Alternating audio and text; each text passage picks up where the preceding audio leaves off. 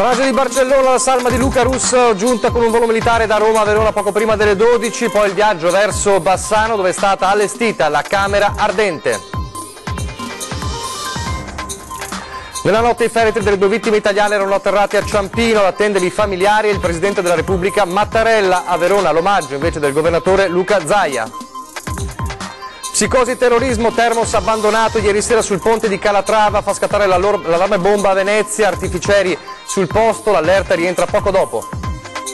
Turista veneziano a New York, sbaglia strada, si trova in un quartiere pericoloso e finisce coinvolto in una sparatoria e rimane ferito alla spalla, paura per un 57enne di dolo. Ancora un rogo sui Colli Euganei, incendio ieri sera vicino al castello del Cataio con il fumo che è arrivato alle abitazioni. L'economia, lo storico marchio trevigiano per Masterlisa passa a un colosso cinese, una fusione tra multinazionali che crea un vero e proprio impero nel settore delle costruzioni. Serata movimentata in una pizzeria di Vigonza dove bambini troppo chiassosi hanno scatenato una violenta zuffa tra il titolare e i genitori. Telespettatori di Antena 3, buongiorno, ben ritrovati, questa è la prima edizione dei nostri telegiornali e subito allora parliamo del ritorno a casa di Luca Russo ma anche di Bruno Gulotta, le due vittime italiane dell'attentato a Barcellona. Luca Russo atteso ovviamente in Veneto e soprattutto a Bassano dove è stata allestita la camera ardente, ma l'arrivo dopo il passaggio a Ciampino nella notte a Roma, l'arrivo alle 11:50 circa a Verona all'aeroporto militare dove c'erano a attenderli fra gli altri il governatore Luca Zaia. Allora siamo in diretta telefonica con Guido Barbato. Guido, è arrivato da poco? È arrivata da poco la salma? Sì, Nicola, buongiorno a tutti. L'aereo è atterrato alle 11:50 dopo essere decollato alle ore 11:10 dall'aeroporto di Ciampino. Il Boeing 767 con a bordo le bare ricoperte con il tricolore è atterrato, come vi dicevo, appunto alle 12:10. Ad attendere i due feretri c'erano, come hai anticipato tu, oltre ai familiari di Russo, anche i familiari di Bruno Gulotta, il sindaco di Bassano, il presidente della regione Veneto Luca Zaia, il sindaco di Legnano e il sindaco di Villafranca Veronese e quello di Verona. Ad attenderli anche il cappellano militare del terzo stormo, qui di Villafranca Veronese, che ha benedetto le salme nel momento in cui hanno toccato terra.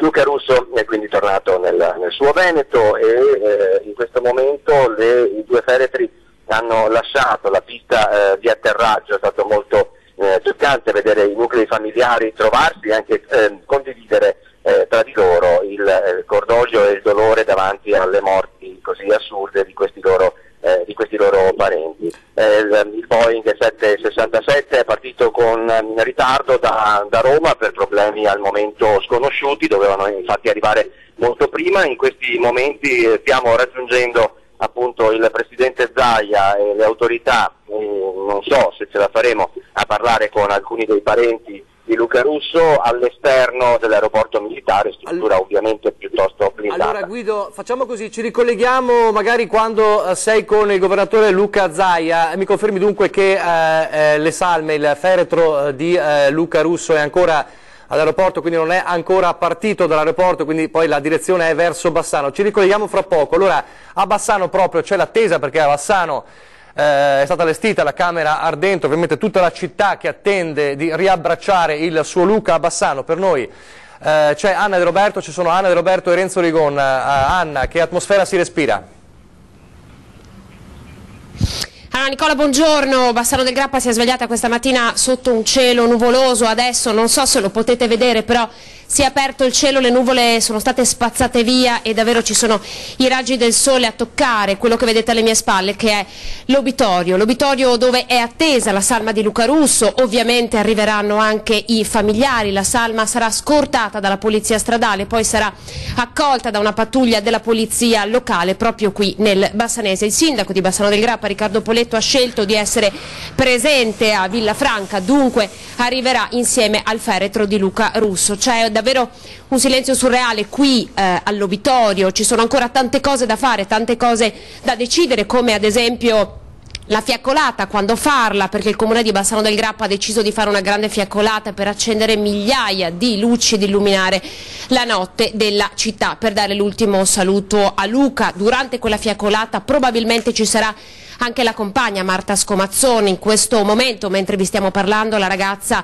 è visitata all'ospedale di Barcellona per capire se potrà o meno affrontare un volo, dal momento che ha ancora un gesso alla gamba. Il gesso potrebbe causare delle trombosi, quindi è questa un po' l'attenzione che si sta cercando di avere nei confronti di Marta, ma la ragazza ha sempre espresso il desiderio di esserci, di accompagnare Luca. Non ce l'ha fatta perché Luca è praticamente arrivato, ma sicuramente ci sarà. Dunque, dicevamo, da decidere la fiaccolata, decidere anche dove sarà allestita la camera ardente e poi il giorno dei funerali. C'è il governatore Luca Zaia, come hai detto già all'inizio di questa edizione del nostro notiziario. Con lui c'è Riccardo Poletto, ma ci saranno anche il questore e il prefetto di Vicenza e poi l'abate Don Andrea Guglielmi. Tra pochissimo potrebbe arrivare, circa un'ora e mezza. Noi ovviamente saremo qui ad accoglierlo. Intanto vi facciamo vedere il viaggio che ha fatto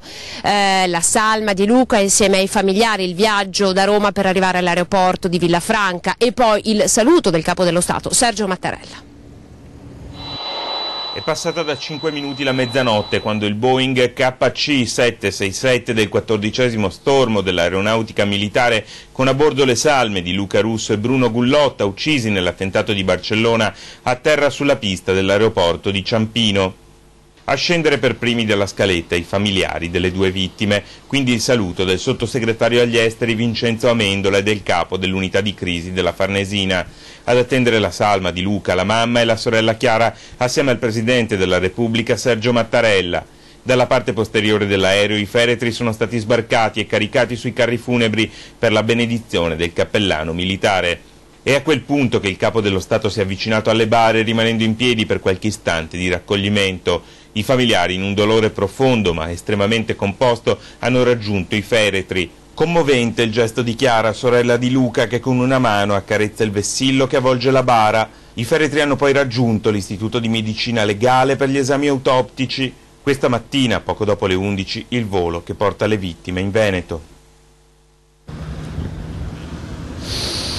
Ecco, questo è un po' il riassunto di quello che è accaduto nella notte. Vedete, alle mie spalle stanno già arrivando le prime persone, se ne sono attese davvero tantissime per salutare Luca, che sta, appunto, come vi dicevo, sta arrivando. Allora, potrebbe arrivare in serata anche Marta. Stiamo attendendo i risultati delle analisi su di lei, la visita del medico che sceglierà se dimetterla o meno dall'ospedale in cui è ricoverata a Barcellona. Quindi stasera potrebbe arrivare anche lei e poi potrebbero arrivare le prime conferme sulle date, come dicevo, del funerale e della fiaccolata. Ma intanto questa mattina la sorella di Luca ha voluto ancora una volta salutarlo, e salutarlo davanti davvero a tutto il mondo attraverso un commovente post su Facebook in cui dice: ci saranno il toro, il tuo pallone, porterò anche Mengoni, e probabilmente il riferimento è nel giorno del funerale, e poi sei il nostro eroe, il nostro angelo, come ormai tutti qui a Bassano del Grappa conoscono Luca Russo, un angelo. Io intanto restituisco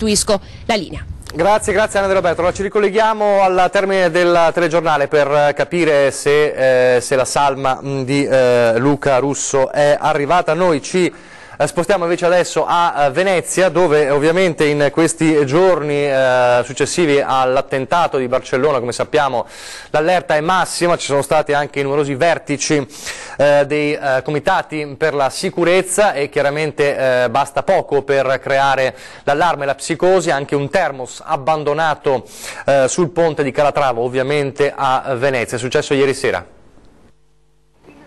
Ponte della Costituzione, Venezia, ancora monitorato questa mattina dopo essere stato chiuso ieri sera intorno alle 22, con sospese anche le corse dei vaporetti e interdetto pure il traffico pedonale per un allarme bomba in centro. Il panico dopo il ritrovamento lungo il ponte di Calatrava appunto di un termos, un contenitore per liquidi abbandonato sul ponte lato stazione Santa Lucia, e con i sospetti immediato l'allarme elevato dopo gli attentati terroristici dei giorni scorsi. Sul posto posto con gli agenti della polizia locale anche i vigili del fuoco, un'ambulanza, i lagunari dell'operazione Strade Sicure e gli artificieri. Allarme è rientrato dopo che quest'ultimi hanno effettuato la bonifica della zona, facendo brillare il contenitore e scoprendo che si trattava fortunatamente soltanto di un semplice termos.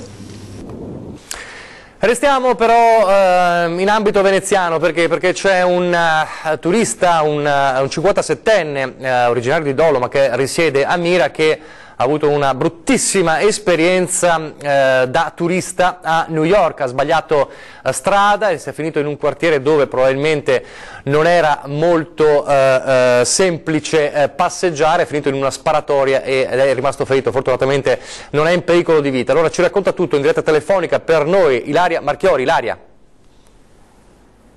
Sì, buongiorno da Venezia. Ci sono stati attimi di panico per un 57enne di Dolo che è rimasto ferito di striscio da un colpo di pistola alla spalla sinistra mentre era in vacanza a New York. Si tratta di Marino Stocco, di professione posatore di marmi, che è giunto negli Stati Uniti a luglio e stava trascorrendo le vacanze. Sembra che Stocco volesse visitare il museo Meucci Garibaldi a Staten Island, che è uno dei 5 distretti della città al di là della baia di New York, ma una volta giunto sull'isola abbia sbagliato strada e dunque invece di andare verso il museo si è perso nelle vie del distretto newyorkese, finendo poi in una zona poco sicura. E qui, mentre cercava informazioni per raggiungere il museo, è stato invece raggiunto alle spalle da questo proiettile. Stocco si è accasciato sul marciapiede finendo in una pozza di sangue. Poco dopo è stato soccorso dalla polizia giunta in breve sul posto, è stato medicato e poi curato in ospedale. Al momento le sue condizioni non sono gravi. Tra l'altro non è l'unico episodio avvenuto nella zona di recente, perché circa 2 settimane fa, a 2 isolati di distanza, un ragazzo di 23 anni è stato colpito da un proiettile. Lui però è in gravi condizioni. Indagini sono in corso da parte della polizia di New York. Da Venezia è tutto, restituisco la linea allo studio. Adesso, grazie Ilaria Marchiori, adesso nel Veronese, a Bussolengo, per una tragedia della strada, ancora una volta un giovane centauro che perde la vita. Tradito da una distrazione, è morto così Marco Andreoli, 28enne di Settimo di Pescantina, ennesimo centauro a perdere la vita in quest'estate terribile per il Veneto. La tragedia ieri sera, poco dopo le 22, a Bussolengo, a un incrocio.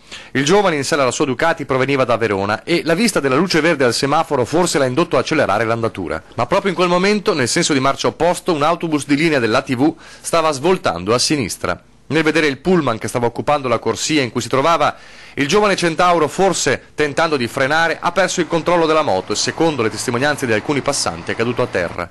Nell'impatto ha perso anche il casco che indossava e dopo una trentina di metri è andato a scontrarsi contro la parte posteriore destra del bus.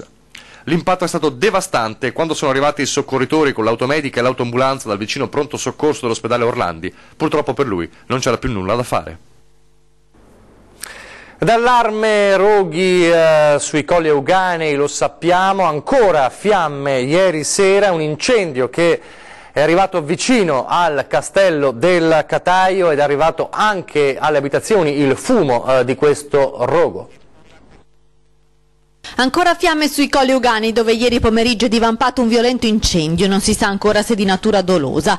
Il rogo si è sviluppato poco dopo le 18 in una zona molto impervia della collina dove le autobotti dei pompieri non sono riuscite ad arrivare. Per questo è stato chiesto l'intervento dell'elicottero. A lanciare l'allarme sono stati i responsabili del castello del Cataio, che si trova proprio ai piedi del monte Ceva. Secondo una prima ricostruzione le fiamme sarebbero state appiccate in 2 punti distinti a metà della costa sul Colle Spinefrasse.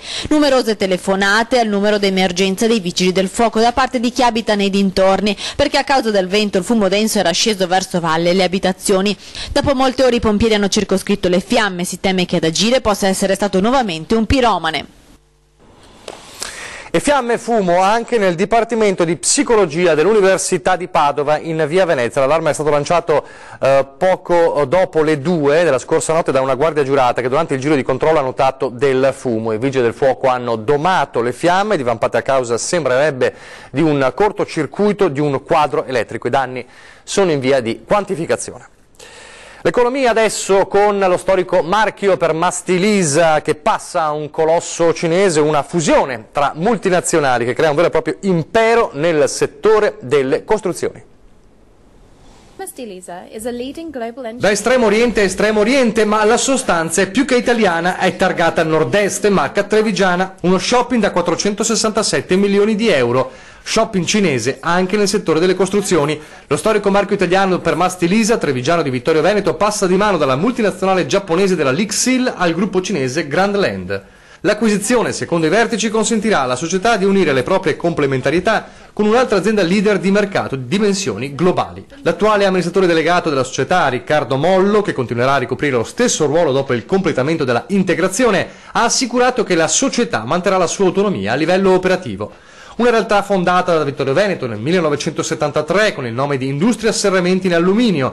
Con l'acquisizione della ditta australiana Permastel Industry, la società italiana ha preso il nome di Permastelise ed ha avviato un complesso processo di internazionalizzazione. Attualmente il gruppo italiano ha un giro d'affari di 1,4 miliardi di euro ed è tra i leader mondiali nei rivestimenti architettonici in vetro e acciaio per edifici, che nel 2015 ha costituito l'84,5% del suo fatturato. La cinese Grand Land, di base nello Shenzhen, ha invece registrato un fatturato di 10,8 miliardi di euro nel 2016 ed è considerata tra le 500 società cinesi più influenti a livello di costruzioni decorative e architettoniche.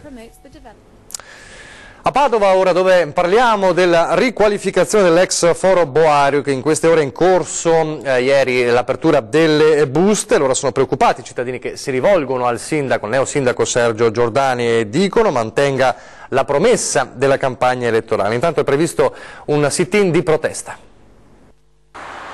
Una cattedrale nel deserto, l'ex foro Boario di Padova, la riqualificazione, una partita da milioni di euro su cui si gioca la credibilità della nuova amministrazione. Da un lato la firma per il progetto messa dal commissario De Biagi poche settimane prima della fine del suo mandato, che porta in queste ore l'apertura delle buste con l'installazione di un colosso del commercio. Dall'altro i cittadini che hanno scelto il sindaco sulla base degli impegni assunti in campagna elettorale, vivibilità dei quartieri, stop ai centri commerciali, e adesso chiedono a Sergio Giordani di non tradirli. Lo sa bene chi vive in via Peano, a ridosso dell'area. Questa strada secondaria, Vicolo Cieco, dovrebbe diventare una tangenziale. Loro non ci stanno. Noi vogliamo delle risposte dai politici, appunto, devono essere loro vicini ai cittadini, anche perché hanno fatto delle promesse durante la campagna elettorale. Noi vogliamo che queste promesse vengano rispettate. Al sindaco si sono rivolti con una nuova lettera in cui prospettano soluzioni compatibili con la vivibilità del quartiere, alternative alle rotonde e alla tangenziale disegnate sulla carta. Un'ipotesi è il passaggio della nuova viabilità sul piazzale della ricicleria PS di Montà e, come strada di collegamento tra le due parti della tangenziale, l'utilizzo di un vecchio passaggio. Noi vogliamo che la nostra strada rimanga quello che era ed è tuttora, e che la viabilità venga presa in considerazione da un'altra parte.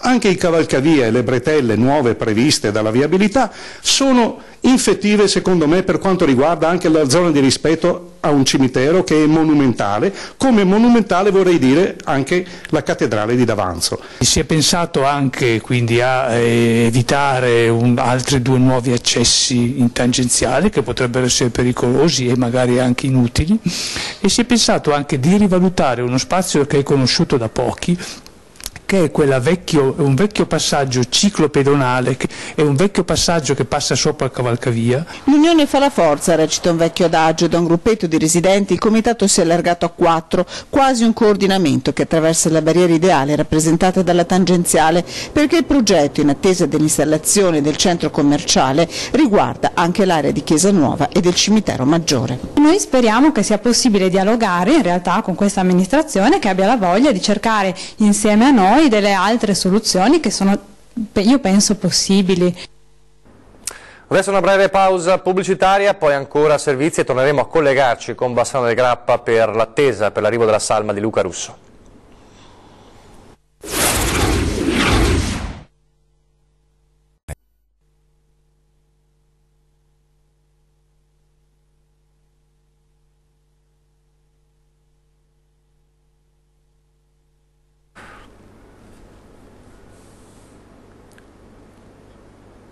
Rieccoci in studio in diretta, primo telegiornale di Antena 3 di questa giornata, prima edizione.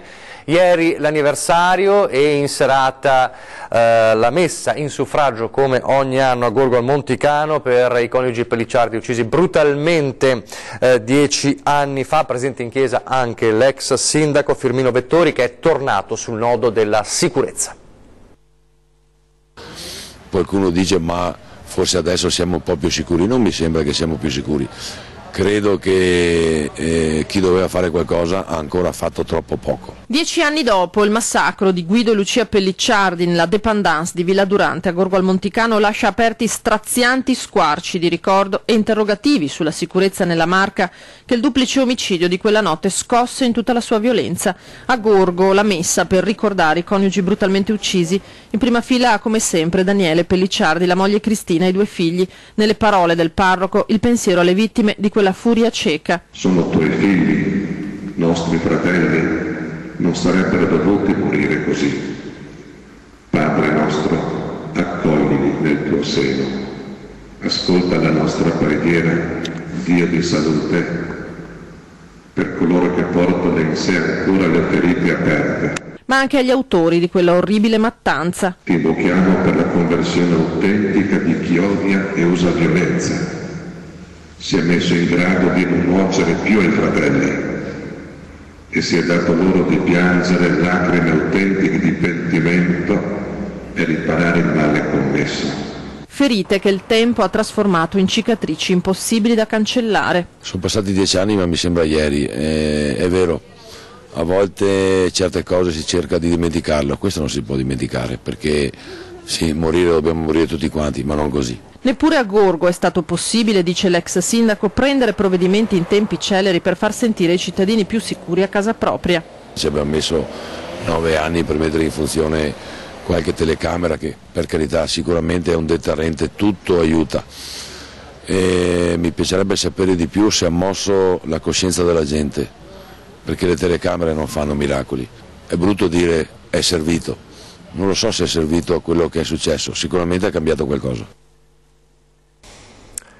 Allora andiamo a Vigonza con una serata davvero movimentata. Tutto nasce dal chiasso di alcuni bambini in una pizzeria, che è un chiasso che però causa una zuffa vera e propria tra i genitori e il titolare.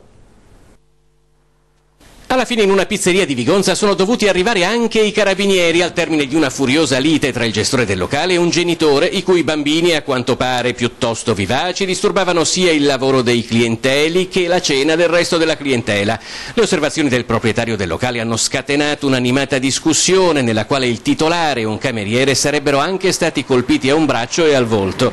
All'arrivo dei carabinieri di Cadone che il cliente si era già allontanato e quindi non è stato possibile identificarlo. Adesso vediamo le novità per quanto riguarda il tempo con il meteo di Antena 3, poi ritorniamo in studio e ci ricollegheremo con Bassano del Grappa.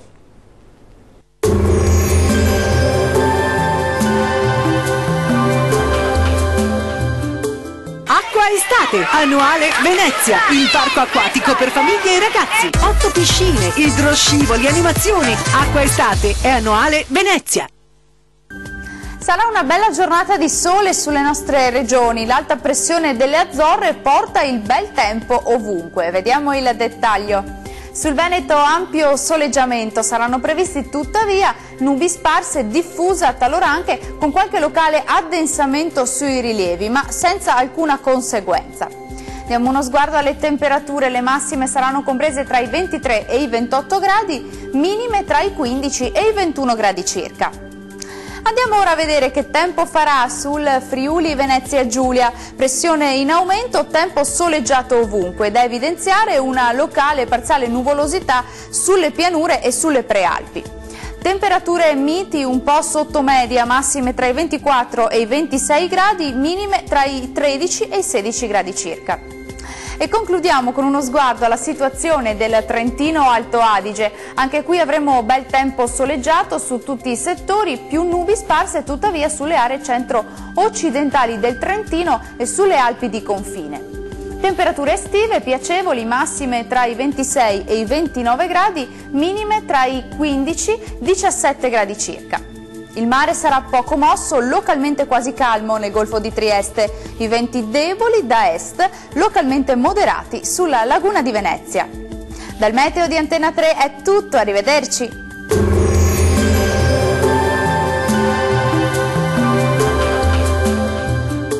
Acqua Estate, annuale Venezia, il parco acquatico per famiglie e ragazzi. 8 piscine, idroscivoli, animazioni. Acqua Estate è annuale Venezia.